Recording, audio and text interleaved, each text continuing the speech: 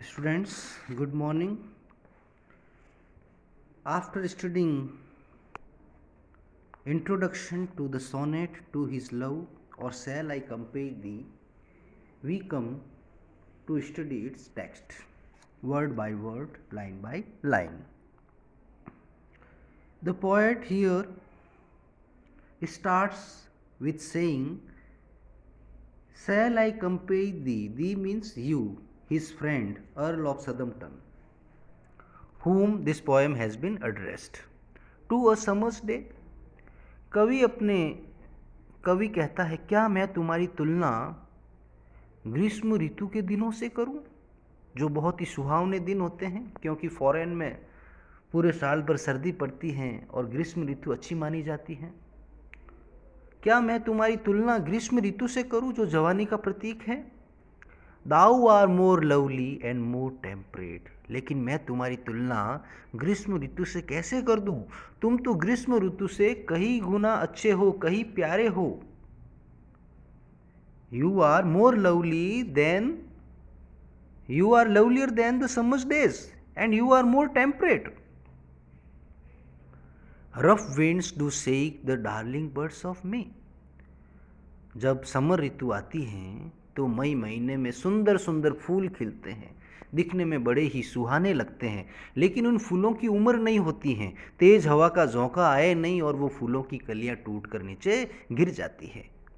And summers lease, जो summer की अवधि है, had all too short date, और समर भी पूरे साल भर नहीं रहती, पूरे जिंदगी भर नहीं रहती। वो कुछ समय के लिए क्षण भंगुर, कुछ फॉर सम मोमेंट्स के लिए वो रहती हैं और फिर ख़त्म हो जाती हैं और दूसरी सीजन आ जाती है। तो कहने का तात्पर्य, तुम समर ऋतु से कहीं ज़्यादा सुंदर हो। समर ऋतु में जो फूलों की सुंदरता है वो कुछ समय के लिए रहती है, लेकिन तुम्हारी सुंदरता उससे कहीं गुना अधिक अच्छी है। Sometimes too hot the eye of heaven shines. फिर कवि कहता है, क्या मैं तुम्हारी तुलना आकाश में चमकते हुए सूरज से करूं? The eye of heaven here means the sun, क्योंकि उसकी रोशनी पूरे विश्व में विख्यात है। क्या मैं तुम्हारी तुलना सूरज से करूं? And often is his gold complexion deemed. लेकिन सुबह का उगा हुआ सूरज शाम को फीका पड़ जाता है, तो मैं तुम्हारी तुलना उससे कैसे कर दूं? तुम कभी फीके नहीं पड़ते। ये सूरज कितना भी तेज चमको, शाम को फीका जरूर पड़ता है, लेकिन तुम कभी फीके नहीं पड़ोगे मेरे मित्र। इसीलिए मैं तुम्हारी तुलना सूरज से भी नहीं कर सकता, क्योंकि तुम तो सूरज से कहीं गुना अधिक अच्छे हो, चमकदार हो। And every fair from fair sometimes decline. Here fair means beauty, सुंदरता। और दुनिया में हर सुंदर चीज, चाहे कितनी भी सुंदर हो, सुंदरतम हो, वो एक दिन नष्ट जरूर होती है। बाई चांस और नेचर्स चेंजिंग कोर्स अनट्रिम्ड। चाहे वो बाई चांस हो, दुर्घटनावश कोई चीज खत्म हो जाए, या फिर प्रकृति के अंदर जब एक सीजन आती है तो वो कुछ समय के लिए रहती है, फिर ऑटोमेटिक वो सीजन खत्म हो जाती है और दूसरी शुरू हो जाती है। तो कोई भी सीजन हमेशा के लिए नहीं रहती। उसकी सुंदरता, उसके फूल, उसकी पत्तियां, उसकी चमक हमेशा के लिए नहीं रहती। और मित्र, अगर मैं तुम्हारी तुलना इन फूलों से, सूरज से, पत्तियों से करूंगा, तो लोगों को ऐसा लगेगा कि तुम्हारी सुंदरता भी इन प्राकृतिक चीज़ों की तरह क्षणभंगुर है, बल्कि हकीकत में ऐसा नहीं है। तुम्हारी सुंदरता क्षणभंगुर नहीं है। But thy eternal summer shall not fade. क्योंकि तुम्हारी जो सुंदरता है, तुम्हारी जो ग्रीष्म ऋतु है, तुम्हारी जो जवानी है, वो कभी खत्म नहीं होगी। तुम्हारी सुंदरता, यहाँ सुंदरता और कैरेक्टर की बात कर रहा है कवि, कि तुम्हारी जो सुंदरता है वो कभी खत्म नहीं होगी।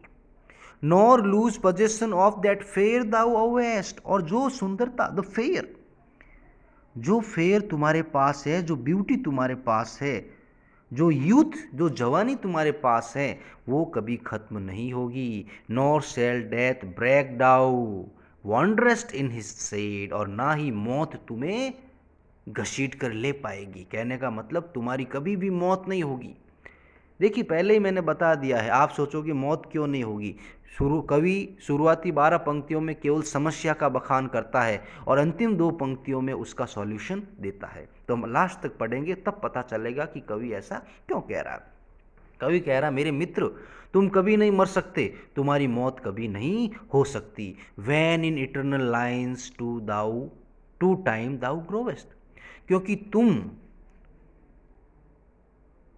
और तुम्हारी उम्र मेरी कविताओं के साथ साथ बढ़ रही है। कवि ऐसा इसलिए कह रहा है, कवि का कहने का तात्पर्य ये है कि कवि ने अपने मित्र के बारे में इस कविता में, इस सोनेट में लिख दिया है, तो उसका मित्र भले ही शारीरिक रूप से खत्म हो जाए, मर जाए, लेकिन उसका नाम इस कविता में जो लिख गया है वो कभी नहीं मिट पाएगा। और जब तक हम लोग, जब तक इस दुनिया में लोग हैं और जब तक जब तक इस कविता को पढ़ते रहेंगे, तब तक उसका दोस्त लोगों की यादों में जिंदा रहेगा, वो कभी खत्म नहीं होगा। हमारे देश में भी बड़े बड़े लोग हैं, वो भले ही मर गए हो, लेकिन वो अभी भी लोगों की यादों में आज भी जिंदा है। चाहे महात्मा गांधी हो, सुभाष चंद्र बोस हो, डॉक्टर BR अम्बेडकर हो, ये सारे लोग, इन्होंने इतने बढ़िया बढ़िया काम करके गए हैं कि भले इनकी डेथ हो गई हो, लेकिन हमारी किताबों में, हमारी यादों में, हमारे दिलों में आज भी जिंदा है। इसी तरह कवि कहना चाह रहा है कि उसका मित्र भले ही वो, उसकी डेथ हो जाएगी शारीरिक रूप से, लेकिन वो मन में, आत्मा में, इस कविता में हमेशा बसा रहेगा। So long as men can breathe, जब तक इस दुनिया में लोग सांसें लेते रहेंगे, कहने का मतलब जब तक इस दुनिया पर लोग रहेंगे, और आइज कैन सी, और जब तक लोगों के पास देखने के लिए आंखें होगी, सो लॉन्ग लिव्स दिस, उस समय तक ये कविता जिंदा रहेगी। And this gives life to thee, और जब तक ये कविता जिंदा रहेगी तब तक उसका मित्र भी जीवित रहेगा, क्योंकि उसने अपने मित्र के बारे में इस कविता में वर्णन करके मित्र को अमर बना दिया है। So students,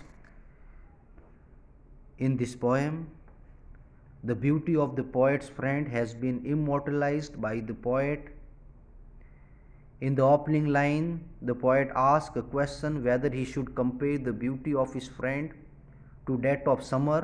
Then he gives up this idea because summer is short-lived. पहले वो सोचता है कि अपने मित्र की तुलना वो समर से करे, लेकिन समर की सुंदरता कुछ समय के लिए होती है, इसीलिए वो आइडिया त्याग देता है। The beauty of his friend is permanent. Here the poet refers to spiritual and intellectual beauty. यहाँ शारीरिक सुंदरता की बात नहीं कर रहा है, यहाँ वो आध्यात्मिक और बुद्धिमत्ता की बात कर रहा है, इंटेलेक्चुअल एंड स्पिरिचुअल ब्यूटी की बात कर रहा है, not the beauty of body. He is more beautiful than the beauty of summer. Hot winds blow in summer and shake the flowers that bloom in May. गर्मी की ऋतु में फूल खिलते हैं, लेकिन तेज हवा में वो टूट कर नीचे गिर जाते हैं। बल्कि his friend is mild and lovely in temper, जबकि उसका मित्र व्यवहार में मधुर है। Unlike summer his beauty is ever lasting and not short lived. Summer की तरह उसकी सुंदरता क्षणभंगुर नहीं है, बल्कि परमानेंट है। The good qualities of friends, his friends nature will neither fade nor decline like the beautiful objects of nature. प्रकृति की सुंदरतम चीजों की तरह उसके मित्र की सुंदरता कभी खत्म नहीं होगी। Time and death will have no effect on him, उसके मित्र पर समय और मौत का कोई प्रभाव नहीं होगा। The poet says that his friend is pictured in his verse, he has become a part of his poem, क्योंकि कवि ने अपने मित्र के बारे में इस कविता में लिख दिया है, इसीलिए उसका मित्र इस कविता का हिस्सा बन गया है।